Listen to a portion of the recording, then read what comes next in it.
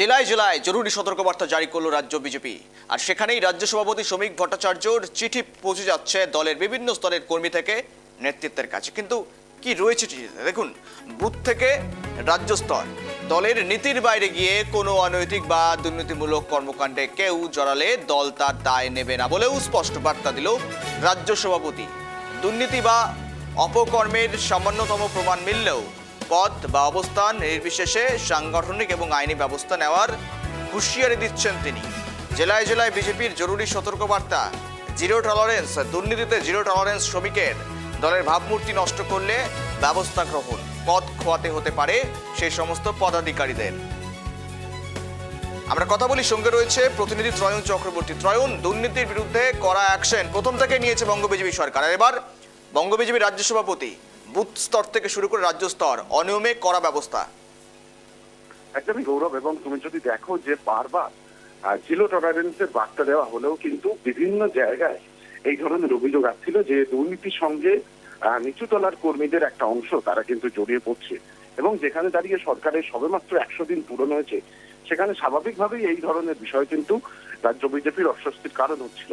এবং সেখান থেকে দাঁড়িয়েই কিন্তু জেলা স্তরে বিজেপি রাজ্য সভাপতি তিনি তার বার্তা পাঠিয়েছেন, এবং সেখানে 3টি বিষয় কিন্তু মূলত উল্লেখ করা হয়েছে।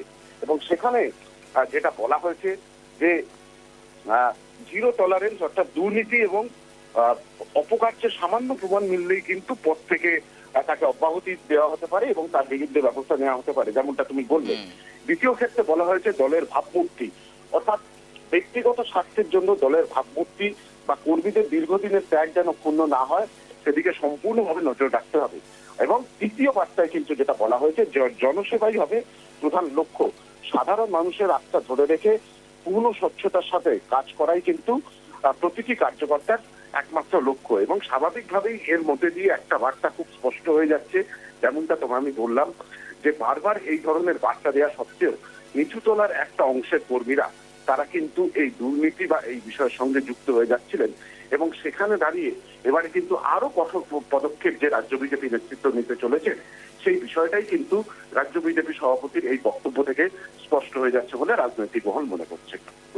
কিন্তু সমস্ত রকম ব্যবস্থা হচ্ছে ত্রয়ন, শেষ বিষয় জানবো তোমার কাছ থেকে, কিন্তু শেষ পর্যন্ত ওই এই টলারেন্স কাটিয়ে উঠতে পারবে কি বিজেপি? কেননা জিরো টলারেন্স তো প্রথম থেকে না, তুমি যেমনটা ঠিক বললে দলের ভাবমূর্তি নষ্ট করার কথা হচ্ছে, থ্রেট উঠে আসছে, হুমকি মারধর, ডিম থেরাপির কথা, অভিমুখ বদলে যেতে পারে কথা বলেছিলেন শ্রমিক ভট্টাচার্য, তারপরেও শুনছেন না বিজেপি কর্মী সমর্থকেরা, বেশ কিছু এলাকায় গন্ডগোল তৈরি হচ্ছে, এই অভিযোগগুলো উঠে আসছে।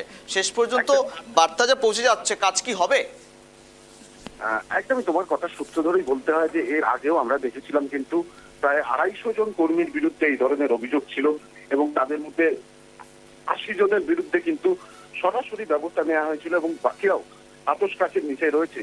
এবং সেখানে দাঁড়িয়ে কিন্তু এই ধরনের পদক্ষেপ নেওয়ার পরেও এই ঘটনাগুলো সামনে আসছে বলেই ফের একবার বার্তা দিল বিজেপি রাজ্য সভাপতি, এমনটাই মনে করা হচ্ছে।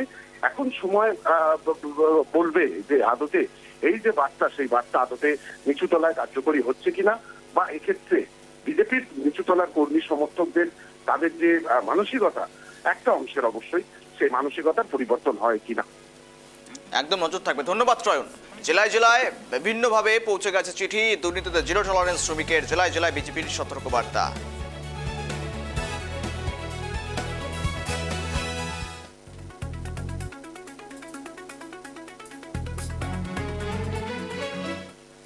দুর্নীতি ও তোলাবাজির বিরুদ্ধে কড়া বার্তা দিয়ে জেলায় জেলায় চিঠি দিয়েছেন বিজেপির রাজ্য সভাপতি শ্রমিক ভট্টাচার্য। তবে এই বিষয়ে জানা নেই মন্তব্য মন্ত্রী দিলীপ ঘোষ। অন্যদিকে রাজ্যে লাফিয়ে বাড়ছে চিনির দাম, কালোবাজারে রুখতে ব্যবস্থা নেওয়ার কথা বললেন মন্ত্রী।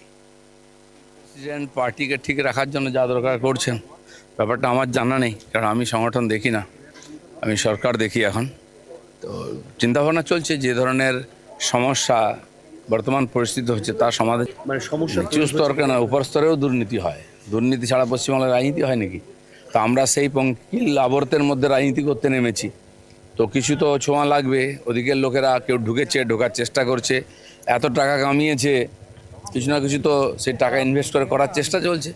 পার্টি সতর্ক থেকে তার রাস্তা বার করছে যাতে এই ধরনের ঘটনা না। টাস্ক ফোর্স দেখছে, সরকারি অফিসাররা দেখছেন যে সমস্যাটা কোথায়, হঠাৎ কেন চিনির দাম বাড়লো। আর যেহেতু মুখ্যমন্ত্রী নিজে বিষয়টা দেখছেন, তো সবাই একটু অপেক্ষা করা উচিত। তার সঙ্গে এখন তার বিয়ে থা ইত্যাদি নাই, এই জন্য সাবধানে একটু করা উচিত নিশ্চয়ই সরকার